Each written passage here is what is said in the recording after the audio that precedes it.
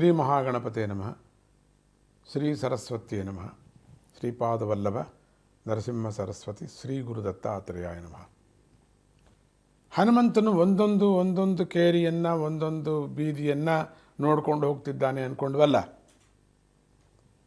ಅಲ್ಲಲ್ಲಿ ಮಾಟ ಮಂತ್ರ ಮಾಡ್ತಕ್ಕಂಥವ್ರು ಇದ್ದರು, ಶಿಸ್ತಿನಿಂದ ಕೂಡಿರ್ತಕ್ಕಂಥ ಸೈನಿಕರು ಇದ್ದರು, ಮಾನ ಮರ್ಯಾದೆ ಇಲ್ಲದೆ ಇರ್ತಕ್ಕಂಥ ಜನಗಳು ಕಂಡರು, ಎಲ್ಲರೂ ಕುಡಿದು ಮೈ ಮರೆತು ಬಿದ್ದಿರ್ತಕ್ಕಂಥವ್ರನ್ನ ಕಂಡರು, ಜಗಳ ಕಾಯ್ತಾ ಇರೋರನ್ನ ನೋಡ್ದ,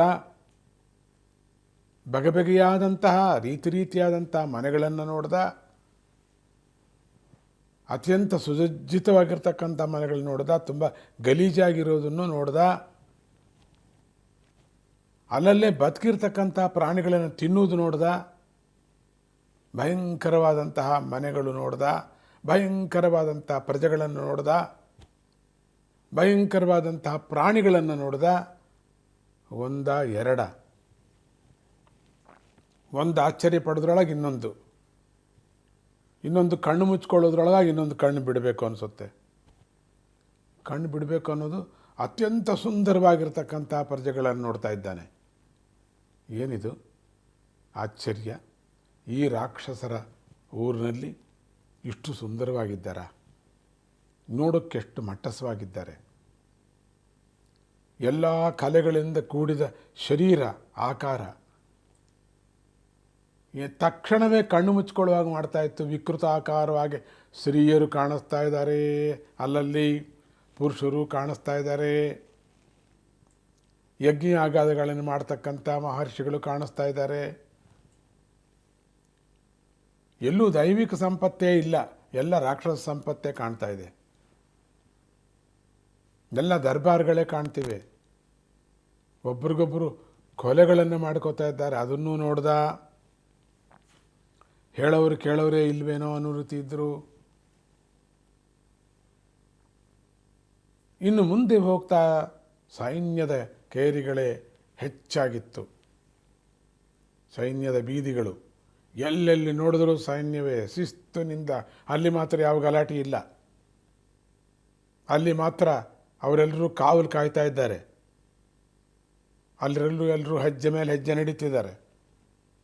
ಎಲ್ಲ ಬಗೆಯ ಆಯುಧಗಳನ್ನು ಹಿಡ್ಕೊಂಡಿದ್ದಾರೆ. ತರಾವರಿ, ದಪ್ಪಗೆ, ಕುಳ್ಳಗೆ, ಉದ್ದಕ್ಕೆ ಬೇಕಾದ ಹಾಗೆ ವಿಚಿತ್ರಾಕಾರವಾಗಿರುವಂಥ ಸೈನಿಕರಿದ್ದಾರೆ. ಒಬ್ಬೊಬ್ಬರು ಒಂದೊಂದು ತುಕಡಿಯಾಗಿದ್ದರು. ದಪ್ಪಕ್ಕಿರೋರೆಲ್ಲ ಒಂದು ತುಕಡಿ, ಸಣ್ಣಕ್ಕಾಗಿರೋರು ಒಂದು ತುಕಡಿ, ಉದ್ದಕ್ಕಿರೋರೆಲ್ಲ ಒಂದು ತುಕಡಿ, ಕತ್ತಿ ಹಿಡ್ಕೊಂಡಿದ್ದವರು ಒಂದು ತುಕಡಿ, ಬಿಲ್ ಬಾಣ್ಗಳು ಹಿಡ್ಕೊಂಡಿದ್ದವರು ಒಂದು ತುಕಡಿ. ಅದೇ ತುಂಬ ವ್ಯವಸ್ಥೆ ತುಂಬ ಅದ್ಭುತವಾದಿದೆ. ರಾಕ್ಷಸರಿಗೆ ಯಾಕೆ ಬಿಲ್ ಬಾಣ ಅನ್ನಿಸಿದ್ರೆ ಮೊನ್ನೆ ನಾವು ಜ್ಞಾಪಿಸ್ಕೊಂಡ್ವಲ್ಲ ಬಿಲ್ ಬಾಣ್ಗಳು ಯಾಕೆ ಹಿಡ್ಕೊಂಡಿದ್ದಾರೆ ಅಂತ. ಯಾಕೆಂದರೆ ರಾವಣಾಸುರನ ಶತ್ರುಗಳು ಬಿಲ್ ಬಾಣ ಹಿಡ್ಕೊಂಡಿರ್ತಕ್ಕಂಥ ರಾಮ ಲಕ್ಷ್ಮಣರು ತಾನೇ. ಅವ್ರನ್ನ ಹೊಡೆಯೋಕ್ಕೋಸ್ಕರವಾಗಿ ಇಲ್ಲಿ ಆಗಲೇ ಹೊಸದಾಗಿ ಟ್ರೈನಿಂಗ್ ಕೊಟ್ಬಿಟ್ಟು ಬಿಲ್ ಬಾಣ್ಗಳನ್ನು ಟ್ರೈನಿಂಗ್ ಕೊಟ್ಬಿಟ್ಟು ಅಂಥ ಜನನ್ನ, ಅಂಥ ಸೈನಿಕರನ್ನು ಆಗಲೇ ತಯಾರು ಮಾಡಿಬಿಟ್ಟಿದ್ದಾನೆ ನಮ್ಮ ರಾವಣ. ಅದರಿಂದ ಅವರು ಸ್ವಲ್ಪ ಜನ ಇದ್ದರಲ್ಲಿ. ಆದರೆ ಇಲ್ಲಿ ಸುಸಂಸ್ಕೃತವಾಗಿರುವಂಥ ಒಂದು ಪ್ರದೇಶವೂ ಕಾಣ್ತಾ ಇಲ್ಲ, ಒಂದು ದೇವಸ್ಥಾನ ಇಲ್ಲ. ನೋಡಿದ್ರೆ ರಾಕ್ಷಸರ ದೇವಸ್ಥಾನಗಳಿತ್ತು ಬೇಕಾದಷ್ಟು. ವಿಕಾರವಾಗಿ ಬಾಯಿ ಮಾಡಿಕೊಂಡಿರೋರು, ವಿಕಾರವಾಗಿರುವಂತಹ ಆಕಾರಗಳು, ವಿಕಾರವಾಗಿರೋಂಥ ಶಿಲಾಮೂರ್ತಿಗಳೆಲ್ಲ ಕಡೆ ಇದ್ದವು. ಅದನ್ನು ಹೋಗಿ ಇವರು ಪೂಜೆ ಮಾಡ್ತಾಯಿದ್ರು. ಪೂಜೆ ಮಾಡ್ತಕ್ಕಂಥ ಬಗೆ ಏನಂದರೆ ಅದರ ಮೇಲೆ ಕೂತ್ಕೊಂಡು ಇಳಿಯೋದು, ಅದೇ ಪೂಜೆ ಅಂತೆ. ಚಿಕ್ಕ ಬಟ್ಟೆ ಅದರ ಮೇಲೆ ಎಲ್ಲ ಹುಯ್ದು ಬಿಡೋದು ಏನೇನೋ, ಅದು ಪೂಜೆ, ರಾಕ್ಷಸ ಪೂಜೆ ಅಂತಂದರು.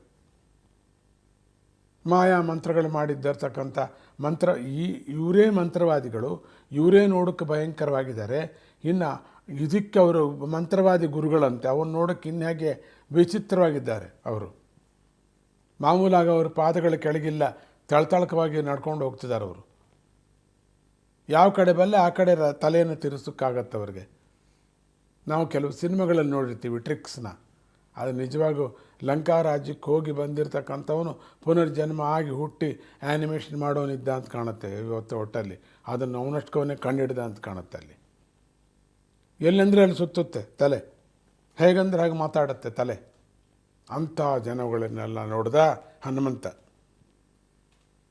ಅಲ್ಲ, ಲಂಕಾಪಟ್ಟಣ ಚೆನ್ನಾಗಿ ಏನೋ ಚೆನ್ನಾಗಿರುತ್ತೆ ಅಂತ ವಿವರಣೆ ಮಾಡಿದರೆ ಈಗ ಪ್ರಜೆಗಳನ್ನು ಕುರಿತು ವಿವರಣೆ ಮಾಡ್ಕೊಂಡು ಹೋಗ್ತಿದ್ದಾರೆ ಜೈ ಗುರುದತ್ತ.